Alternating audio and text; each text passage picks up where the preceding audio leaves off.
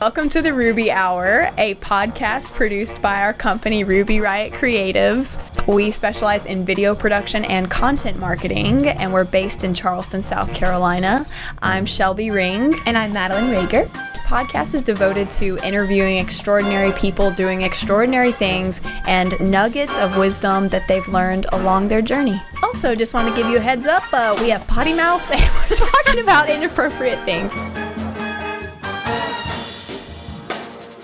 Thank you so much for joining us for another session of the Ruby Hour. I am Shelby Ring, and I have the fabulous chef Shaun Brian. Thank you so much for coming today. My pleasure. Freaking pumped. Okay, so let me give you the deets on who this man is, all right?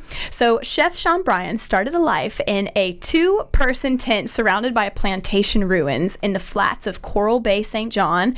And for those of you that don't know, that's one of the U.S. Virgin Islands, and it's in the Caribbean. It's not St. John's, whatever, okay? So, thank you for all right, that. so we're just going to nip that in the bud, all right? So it was in this environment that Shaun's love for cooking began, through roaming and foraging, literally through the local valley, fishing off his dad's sailboat, and cooking for sometimes up to 8 siblings at a time.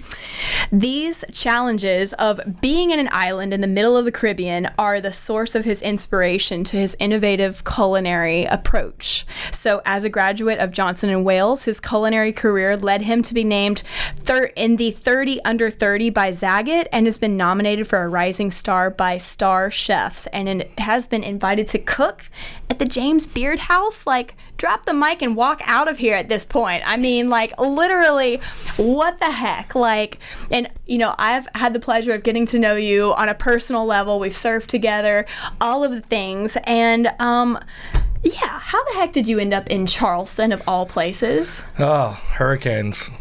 Definitely hurricanes. Irma and Maria just came through and ripped the islands apart, and I had my daughter Riley on her way, and I needed to make some roots somewhere else. So Charleston was a place where I always wanted to check out. I came here and I fell in love, from the history to the camaraderie amongst chefs, the love for dogs, the demographic sort of being laid out like New York City, the accessibility of farm to table, as well as the coastal community and surfing. So definitely just brought me here and made me feel at home, and now I'm never leaving. That's freaking awesome.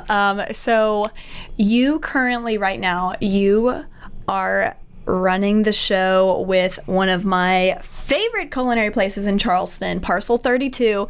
People, let me just tell you right now, if you have not gone there and just done a full out appetizers, cocktails, dinner, you know, everything is like freaking insane there. Like, I can't not go there when we go downtown. Like, I love it. And so how did you get tied into, you know, with rocking and rolling with Parcel, building out that menu? Like, what is your ideal, where's your sweet spot of your cooking style? So we focus on coastal Carolina, low country Caribbean cuisine. So we tie in that Caribbean. It's really a focus on all the different foodways of Charleston and what's helped develop and make Charleston over the years, but also what Charleston is today.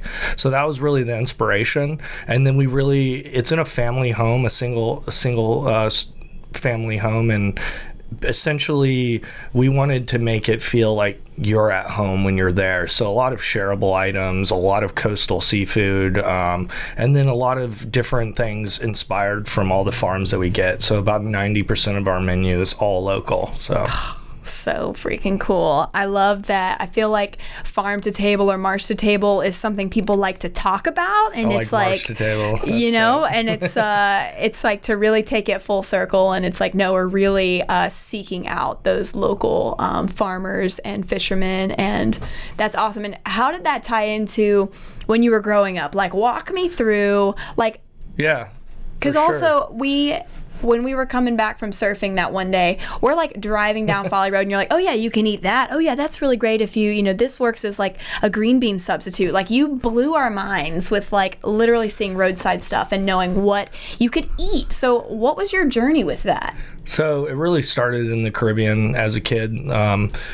I was just always in the bush, and when we were bored at home and we weren't in school, me and my brother were like in flip-flops and our underwear, just like exploring the valley, like through ruins and stuff. And sometimes we would get hungry, so we'd find something that we could snack on, or sometimes we get a scrape from like kasha, which is like hooks on it, sort of thorns that like pull you in, and they really rip you up. So we'd like find aloe and put aloe on it. Or we didn't brush our teeth that morning because we were little boys.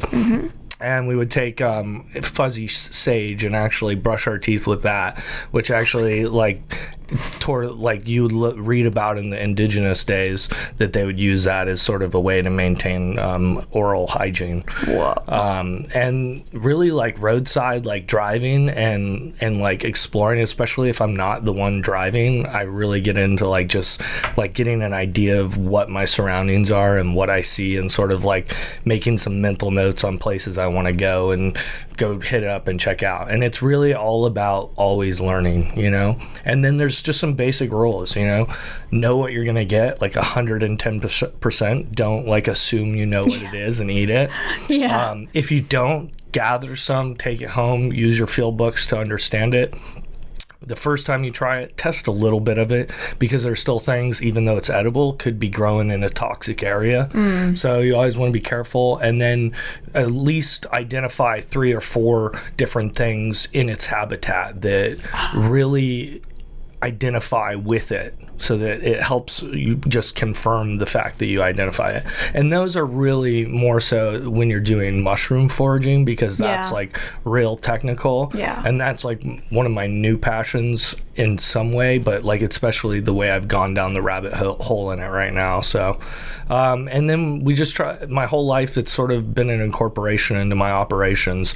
In Martha's Vineyard, which we'll talk about in a little bit, I'm sure, I really got into who I was as a chef and really started to understand my love for foraging up there. So now here in Charleston, it sort of is like the medium between the Caribbean, where I'm from, and the Northeast, where I found myself as a chef, and it just meets in the middle. And if you go north of here, you stop seeing like tropical ingredients like cassava growing wild on the bluffs of the beach here, or prickly pear, Nepal tuna, and so many other things. But then I also get things that I would find up in the Northeast, you know, like all kinds of different mushrooms, sea beans, and lots of really cool stuff. Ooh, so cool. Okay, so if there's a zombie apocalypse, this is your guy. You want to like, you know, be like part of the crew for that. I love it. You know, we're always looking at, in our company, like ways that we are growing, developing, refining. And, you know, you've mentioned that you've had some unique challenges of growing with the Parcel 32 family, and really expanding with that team and the caliber of what you're working with. Break that down for me. What's been your journey? Yeah, so restaurants in general have just been like really taxing industry to be in general. They really incorporate every component of business and like psychology into one operation. So true. Yeah, from perishable products to mental health to long hours to fire, gas. I mean, you name it, it's involved in the hospitality industry. And that's a challenge on its own. And my whole career, I've really spent trying to sort of mold it into a sustainable or even regenerative industry that we can actually improve on. And there's a lot of things that have worked for me, and there's a lot of things that haven't.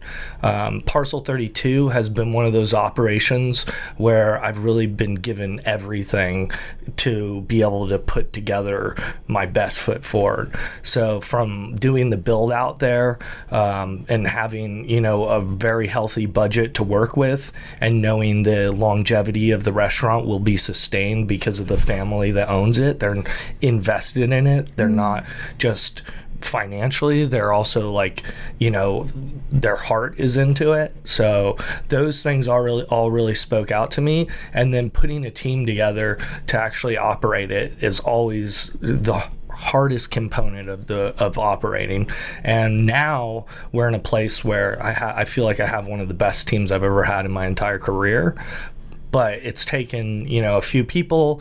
So some of them are still there from day one, which is great. We've had very minimal turnover, especially for like the industry standard. Yeah. And where we are now, I really attribute to the people that I put in power, and the way that I've let them take ownership and ability to make their operation feel like it's a part of them and not just like me telling them what to do. And so John Coleman, who's my chef de cuisine, who's basically the chef in charge of running the kitchen for me, I say I've been courting him for like 4 months before I got him, and we just became friends. And he was looking for some growth and looking for more resources in his field and what he wanted to do. And I felt like I could offer him that. And at the time, I was looking for someone like that in position, and the fit was right. The time was right. I brought him on, and then he's helped maintain my standards that we both share. They're his and mine, and we collaborate on everything we do. We communicate a lot, more than probably any relationship I've ever been in. Wow. Which is, a huge key to being successful in it. And it just all sort of fell in place. Now we have, a team all the way down to the person who's making the salads in the restaurant could all easily be chefs at like any restaurant in Charleston. Wow. And they want to work there because of the environment. Yeah. And so that works really nicely, but at the same time, it comes with its own challenges, like egos. Everyone has their own idea of how everything should be done. Yeah. So, but and they're not wrong. It's just, what are we doing? Let's be a team, and let's do it the same way, because we all are able and capable of working every single position. And we regularly do, including me working in the dish pit. If we are short someone or they just need help, we all chip in. We're all team players, and that's really what's helped us make the operation successful. But we constantly sit down and have meetings and sort of brainstorm on how we can communicate better, how we can be more on the same page. So actively always listening and communicating and growing. That's just unheard of. I feel like in the restaurant scene, it's like there's always like one rogue person, or like someone's just like deviating, or like it's like you are like orchestrating a symphony of everyone has to be a key player, and if there's those slight variations, there's so many layers of how do we keep a consistent experience for the people that come in and are dining with you. Yeah, it's like definitely a day-to-day, just like you have to take the approach as, one step at a time, and not really let it overwhelm you, and know that tonight you're preparing for battle, and battle starts at 5 p.m. when the doors open. Yeah. So it's like, I'm a big believer of, if, you obviously are operating in a role of leadership where you see the value of like truly delegating and empowering people, versus what you said of, they're not just having to like appease what I'm expecting. They're in their seat and they're empowered to do them. In your trajectory, walk me through, where you've cooked and how you've cooked, and what brought you full circle to where you are today in your career. Yeah, so I really fell in love with food from a young age, because I grew up pretty poor and I wanted to eat like all the nice things. Whenever I go out to like dinner, I'd be like, oh, can I get that? And it was like the most expensive thing on the menu. Yes. I was more interested in like the lobster and like the ribeye component of it, rather than the price. Yeah. I wasn't really thinking about that, but those environments really helped me solidify who I am as a chef, and sort of led me through a path to where I am. And my mom was a midwife. She also ran a children's store, grew up really holistic. So I was introduced to nutrition as being important. And then being in the Caribbean in St. John, especially in Coral Bay, it's very old world still. Yeah. And has a lot of down island influence, as well as a ton of history and indigenous history as well with the Tainos. And these things all like subconsciously influenced me as I was coming up. And then I went to Johnson Wales University in Rhode Island, and I really just did a 2-year associate's programs because I knew food would allow me to travel and I'd always allow me to have a job. So I did that. I made sure I did good in school, so I got a lot of scholarships because I knew I'd have to pay for it myself. Yep. So like, unlike a lot of kids, I took it really seriously, and I really took as much out of it as I could, and I worked with the teachers that were considered the most difficult, and then I made sure before I even went, I got right in the industry and started working, and I worked at a Pacific Rim restaurant in St. John, and really this was like almost that old school kitchen environment like Anthony Bourdain would talk about a lot, RIP, but it was really, a lot of hazing, a lot of, burns, and I was the lowest guy on the totem pole. So, and it was a pretty masculine environment, especially in those days. And the St. John's always like 10 years behind everything. And so it was good to come up in that and see like sort of like what it was like and really earn my stripes. But at the same time, I saw a lot of things that I wasn't really behind, Yeah. And I really wanted to be progressive. And, after culinary school, I just made sure I was always working at the hardest place to get a job at. And that led me through some of the best kitchens in St. John. And then I did my externship at the Ritz-Carlton in St. Thomas, where I worked under the chef Andrew Chadwick, who worked under two of like the best chefs in the world at the time, Michel Brass, who's like the plating god of vegetables, and just like this amazing French chef that was doing technical plate ups and cookery before like anyone even knew about it. Before like Spain blew up with gastronomic like cuisine, and it was Ferran Adrià and Juan Marie Artsac. All these people were like, Juan Marie really is another one, but that actually comes full circle. And after I did that, I actually went to legal studies at Florida Gulf Coast University, but I went with a focus on commercial real estate in an effort to understand more of the legal side of restaurants and hospitality businesses. Wow. And then minored in art history. And then that took me to a job in Naples. It was like a 700 cover like steakhouse right near the Ritz-Carlton, and it was about volume, and it was about This is Naples, Florida? Naples, Florida. Okay. Yeah. Not Italy, I wish. But 700 people, oh my gosh. And it was a steakhouse, but I learned a lot from this. So each operation, I took little pieces that were important towards shaping the hospitality industry, and I learned how to standardize. I learned how important it was to have standard operating procedures in place, and just like all the things to make a restaurant tick at that volume, I took those things away from it. And then from there, I moved back to St. John. I got an opportunity to work at run a steakhouse on a hotel property that was freestanding, and it was like super high end. We were only open 5 days a week, so I had 2 days off. The pay was great, and I really brought back the Caribbean into that. And then from there, I went up to Martha's Vineyard to run a boutique luxury hotel called the Harborview, and that's really where, at that point, I wanted to take the step into the overall hospitality, to become a hospitalitarian. And I needed to be in a boutique luxury place where they really have good ethics and food quality and execution and sourcing.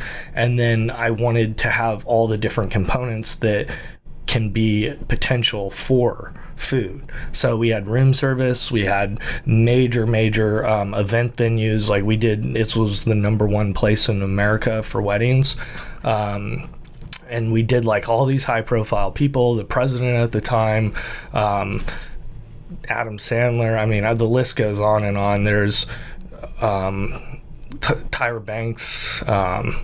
It's like I was impressed with the president, but then you dropped Adam Sandler, and it's like, all right, that's like a next level. He was super chill too. So is Tyra, but she loves lobster rolls. That's awesome.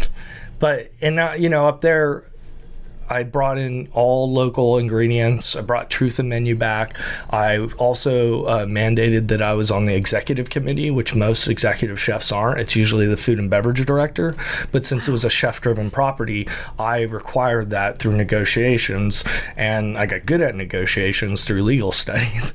Dude, oh my gosh, yeah. And by being on the executive committee, I was able to manipulate the landscaping budget, and I turned that into 585 square feet of organic gardens. What? So then we just started incorporating our own gardens, the local farms, the fisheries, and then, really just came together with this island to table concept. And my best friend, Nathan Gould, runs the 9th best sushi restaurant in the world right now, Oh Yeah, in Boston.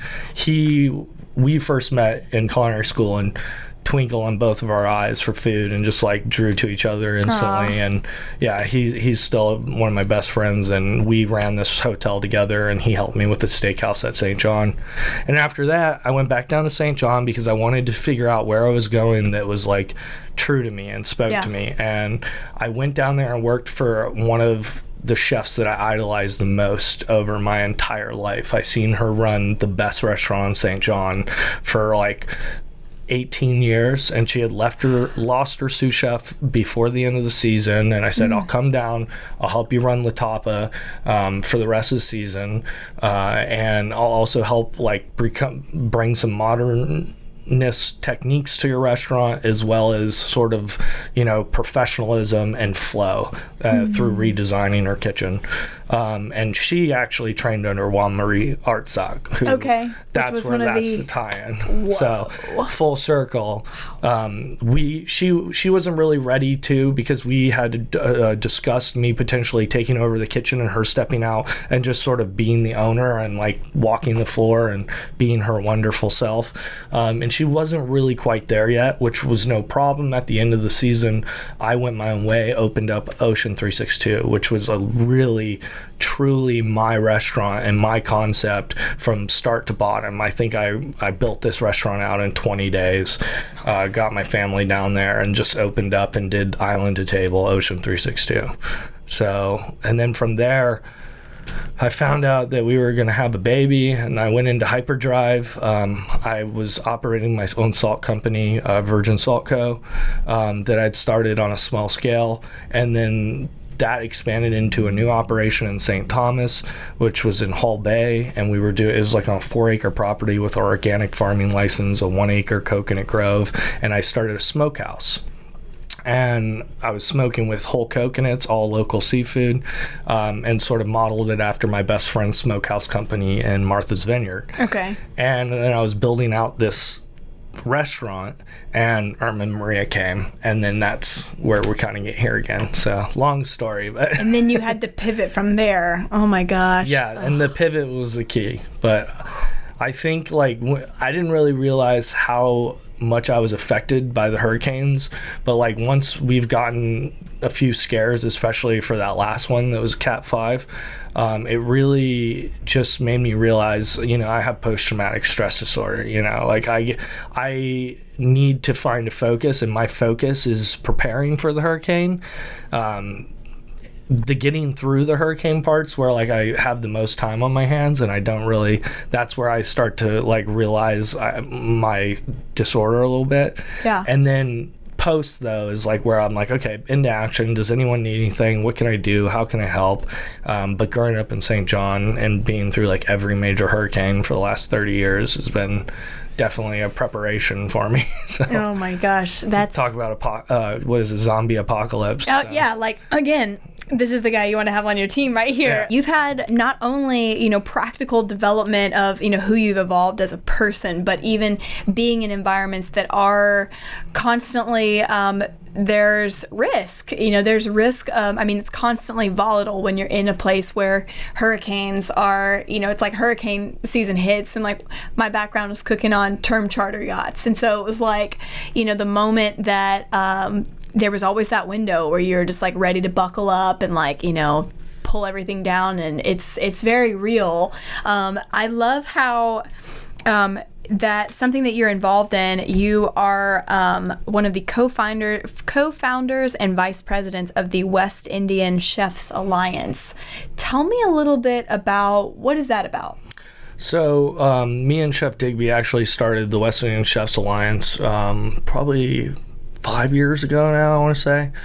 We basically modeled it after the Northeast Chefs Alliance, and it was in an effort to just sort of bring relevance and bring focus to like-minded chefs and people in the industry that were working on really furthering and making Caribbean West Indian food part of a national and worldwide statement, and really like showcasing it in a way that really highlighted the culture and was true to it, you know, not just like blackened snapper with a mango salsa. And so that was the effort of it, and we worked really hard on developing it. We worked with the James Beard Foundation, bringing him down to St. Croix to his restaurant, and doing a dinner down there, which was a Friends of the Beard dinner, which then turned into dinners at the Beard House. I think that we've done like 4 dinners now. I actually stepped down from VP and just sort of stepped away from the alliance in whole in order to just sort of let it continue to flourish and grow. My mission with it was always just to bring relevance and make it a focal point. And once we were getting national media attention from like New York Times and Food and Wine and stuff like that, I decided that, you know, it was time for me to sort of back away. Plus, with opening up Parcel 32 and really just having a daughter and being here in Charleston, I had my focuses. So at that point, Digby is still operating and managing the alliance as the president. So. That's so cool. I appreciated that, because I feel like the Virgin Islands, there's either a stigma of like St. Thomas is like, oh yeah, you go there on a cruise ship, and it's just like one of those exploited spots. It is. So I appreciate like that angle of like, you know, that's such a grassroots thing to create, like, hey, like let's all band together, and like it's challenging to find that unified front in the Caribbean. It is. I've found that through multiple different outlets too in the Caribbean, is just it being hard being on isolated islands in some regard, to really come together as a community or an island. Like I'll always say, like, if the whole Caribbean created their own soccer team for the World Cup, they'd like dominate World Cups over and over and over again, because of all the talented players that come from it all. And it's sort of like cricket. The West Indian Cricket League is one of the best in the world, that has won multiple championships over and over, and they're like the team to go after. And they just we got to get behind those types of things, like these alliances, to help, you know, come together and really support the community and just showcase what we have to offer in a true and honest way. Where it's not just like the Americanized, like, here's what you would expect from a tropical vacation. Cheeseburgers in paradise. No. Don't get me started. Me either. I think I have PTSD of listening to those, like a mix of Kenny Chesney and Jimmy Buffett's. She said it. Yeah. Jimmy Buffett's not so bad. I just have this thing, I see a blue chair and I just want to throw it. I see blue chair rum and I just want to throw up. No, it's so funny. No, it's all good. Whatever people need to, like, you know, they're like, oh my gosh, like we would have people come down and they wanted to go to every place that Kenny Chesney had created a song around, you know, so it's like, go over to Yost and gotta go see, you know. So I actually cooked for Kenny a bunch. Okay. And yeah.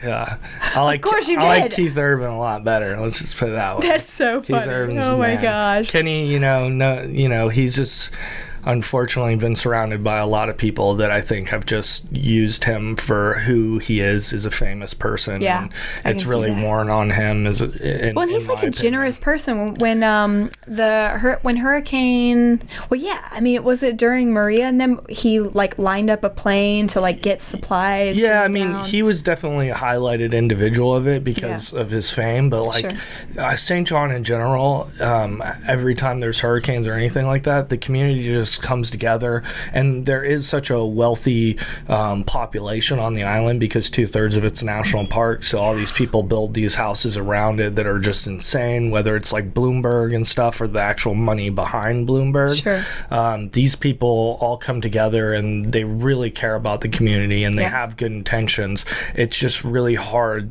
for the money to go to the right places or be managed by the right people all the time. And Kenny's been a huge part of helping the Caribbean all the time, and I think most people are super grateful of it. I think that a lot of us locals from there, it's just hard for us in terms of how it's changed the tourism industry, where it is those individuals that are like, oh, which seat did Kenny Chesney sit in? Yeah. You know, can we get, what did he order? And it's like, dude, there's a lot more. And like he doesn't like this place. Steak and lobster all night. Literally, Midwell steak, by the way. All right. There you go. New York strip, Midwell, and lobster. All right, so if you want to eat like Kenny Chesney, giveaway from this podcast episode, that's what you can go order. Go to Parcel 32 and order that, and we're going to see what's going to happen. No, just kidding. Don't do You're going to make him relapse and get scared. Yes. Yeah. Oh my gosh. Come get our 38-ounce ribeye, though. That thing is beast. I just like that octopus dish.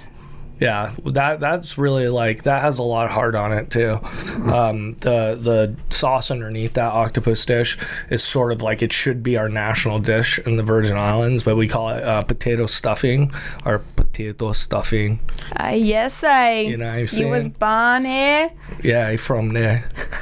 So we would do like take boniata potatoes, and we would do a sofrito with it, and then we do a little bit of thyme, as Scotch bonnet hot sauce. I usually do like a nice emulsified one with mango and pineapple in it, and do a pineapple ferment, and then we mix all that together with a little bit of tomato paste, and it sort of makes it look like sweet potatoes, but it's like on a much more savory side. And then we put that in a casserole pan, once we make it almost like mashed potatoes, and then we bake it again, so it's stuffing. Oh my gosh. But badness. I think you need to have your own podcast and just explain each dish so people can be like, oh, I'm going to go to sleep in a deep relaxation and be like, well, tonight on the menu is going to be, I mean, it's like, that sounds insane. And we're going to salsa dancing tonight, and I'm going to be like, wait, y'all are closed on Mondays, right? Yeah, we're closed definitely on Mondays. Why? It's like the Chick-fil-A of King Street. You know, you're like, I'm really hungry right now. And you're like, it's Sunday. Yeah. Why do you got to be all conservative and like have good ethics and shit? Yeah. No, that's... We got to make them work 7 days a week. That's part of the reason why we have low turnover. Really? I mean, just creating a schedule that's sustainable and an environment that's sustainable. And then also paying appropriate wages. That's right. You know, I think the lowest person on my payroll gets paid like the highest person at most restaurants around here. That's why we're able to keep people. It's also why we don't have a problem hiring people like all these other places around here. Because we got people on backup, just one after another, that's ready to come work there, and they're like talented. Yeah. So what a beautiful business model, because it's like, I feel like, you know, I mean, my partner Chris, you know, for people that aren't familiar with me personally, you know, he's in the seafood distribution industry, so he's like, he's the backdoor man.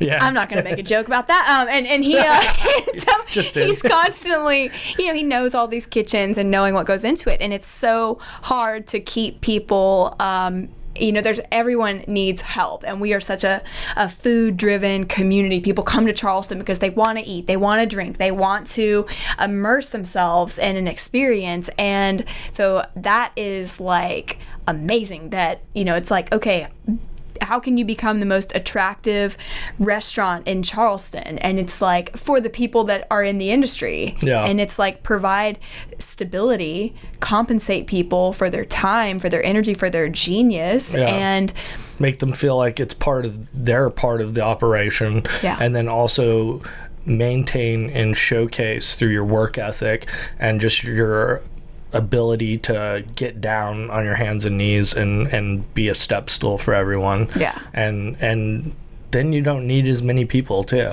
And my labor's actually down.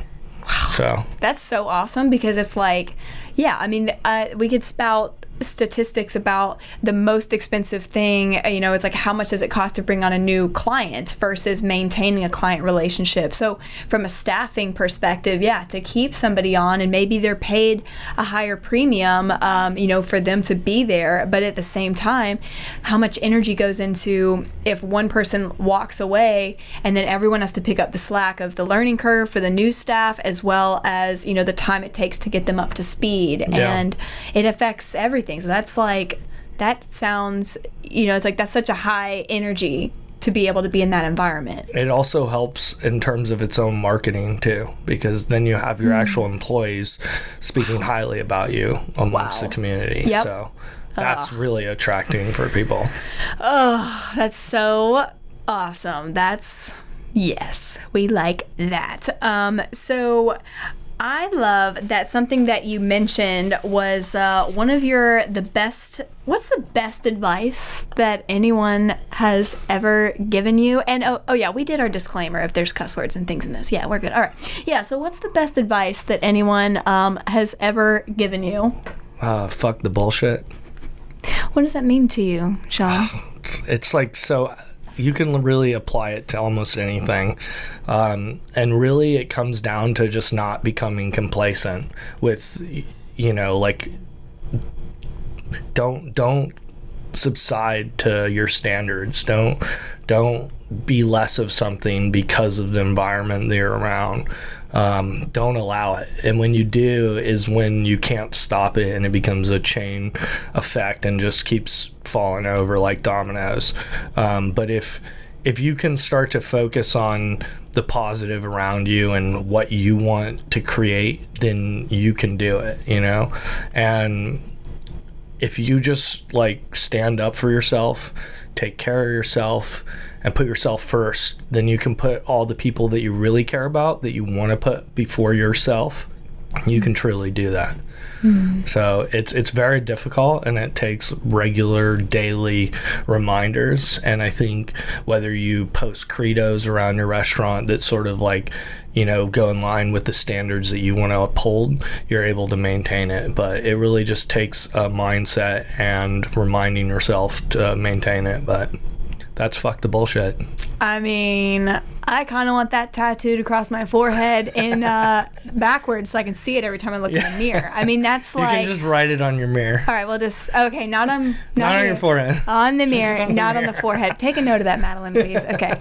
No, that's I mean, that's like drop the mic material to recognize, just because people are complacent, or they're not, you know, if they're not upholding a certain standard, that when you're in integrity, you know, if you know that you expect things to be done a certain way, it's like, no, don't tolerate that. And like, I think, you know, we just went and visited a friend after we filmed in North Carolina, and, you know, they're dog trainers. And one thing that she taught me is, she was like, you know, we get what we tolerate. And that's something I've heard from Tony Robbins as well. But it's like, if you're frustrated at people are doing a slack job or whatever, it's like, you somehow have set the standard of either not speaking up when you saw little glimpses of that becoming and growing, and yeah, we get what we tolerate. Yeah, and your frustration just rubs right off on them. Yeah. And then they start turning into you. It's almost, especially in kitchens, but also with training dogs, because I love dogs, love training them too. But it's like who you are is who they mirror. And man, I mean, complacency is like the key to all that, I think. And that's just where, if you can change a sense of complacency and uphold the standards you want through really addressing it when it happens, then you, one, reduce the stress that you deal with, which is probably like the number one thing in the world that's, you know, making people sick, you know, mentally, physically. You can change your world in front of you. So I love it. what are practical things you said, to set up reminders throughout your day, because it's not something that's necessarily like, oh, you just wake up one day and you like know how to get out of your own way, right? What are things in your own life that are simple triggers that inspire that line of energy? So I think social media can be used in like positive ways, although it has a lot of negatives to it. So follow people that inspire you. Also, like follow people who help set your positive mindset that you want to have daily. I have a friend here who is my chiropractor, and every morning she writes down her mantra that she wants for the day, and that's an amazing thing. And guess what? I don't do it. And I told her, I was like, it's like you're writing my mantra every day. I just read your mantra and then I'm good to go. So that's an easy way to do it. And then also, Credos are amazing tools. I learned that at the Ritz-Carlton when I was, doing my externship there, and they just had an amazing, like, whole shell and to their whole operation. And I took so much away from how they manage their properties, especially this was in the time when it was still like at the height of hospitality in the whole world. And I remember their credo, and I was like, I need my own credo. So break down what a credo is. So a credo is really like your standards, essentially. It's what you believe in, what applies to your surroundings. It's in like my kitchen. It's not about cooking for me. It's about cooking for guests.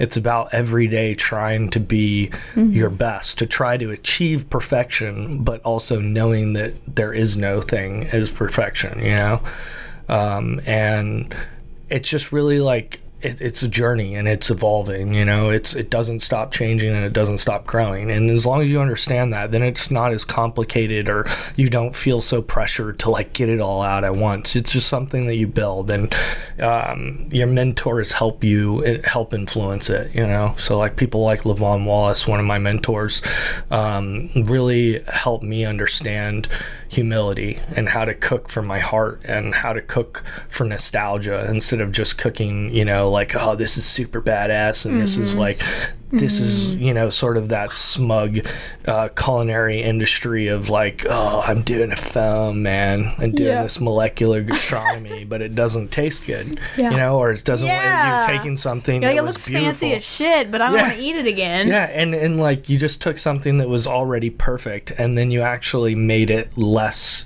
perfect, if you will. Like, the farmer already put all the energy into it. You tasted it, and let's just use a peach, for example, because this place has some of the best peaches I've had in my life. You don't need to do anything to it. You can just like highlight it and uplift it, and it's sort of like how you become a good leader in a kitchen. It's not about you. It's not about how good you are. It's about how you can get your team to strive to be better every day and understand your mission and your operations mission and cook for people and not just cook for yourself. So, and really be a step stool, and help uplift everyone, because then you really achieve like camaraderie, accomplishments, productivity, and it just keeps rolling.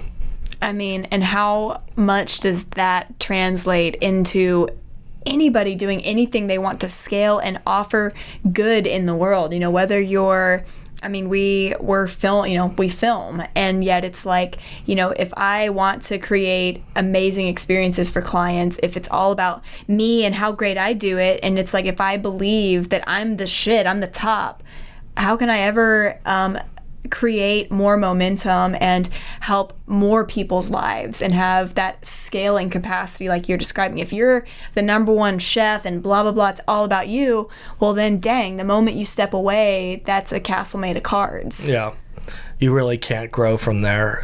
You can get so far, but eventually when people start digging, they'll find that there's nothing there. And I think that the way that people break sort of out of that shell is one through hard lessons in life. You know, you have to hit rock bottom. You have to fall on your ass. The way that I've always helped people grow into that is by stepping away, like literally just sort of being like, all right, you're ready. You need this. You know, I don't even really tell them what's going on or that there is an angle to that, because I do feel that they're capable and they can do it. But I also feel that if I don't step away, then they'll never realize what I actually did to get there. And so sometimes, whether it's just in one day and allowing them to have a shitty service and to see that they don't know everything, that helps them realize it. Time, just coming of age helps. And then, like, if it's more severe, like literally like letting go completely, you know, like almost like a relationship. You know, if you really want to test how strong it is, then sometimes the best thing to do can be to let it go and see if you find each other again. Yeah. No, that's it. I mean, there's so much sweetness to those words. Yeah, it's really about love, you know, because it's about, if you can do that, then you really care about someone, because otherwise you just become an enabler, you know, and we all seen that shit too much. Yes. So. Oh my gosh. Speaking my language over here. I love it. Yeah, I mean, yes. I want to close and bring things to a full circle of, Shaun, what's your happy place? Oh, my happy place. It's really the ocean. It's water. For me, spearfishing, I'm not the best at it, you know, and I don't think that's important in life. A lot of people are always chasing that. But I've always been around water, and it's always surrounded me, and being underwater just has like a mystique to it that just sort of cancels everything out, and you're just able to be completely in the moment in your surroundings. And so that's definitely my happy place, where you can just see things that you've never seen before. Even if you've been swimming there like 80 times, I always find new stuff. I love that. That resonates with me as well. And we just had an underwater photographer on the podcast, and that was literally like, that's like a same heartbeat. You know, when people have that water baby, you know, you're like, there's something, the moment the sound, the like sensory deprivation, yeah. And then it's like you're just like laser beamed into the here and now. I love it. Okay, so Shaun, how can people get in touch with you or follow along, or, you know, how can they cross paths with you? Well, I'm a pretty open person, so you can follow me on my Instagram, which I interact with on the regular.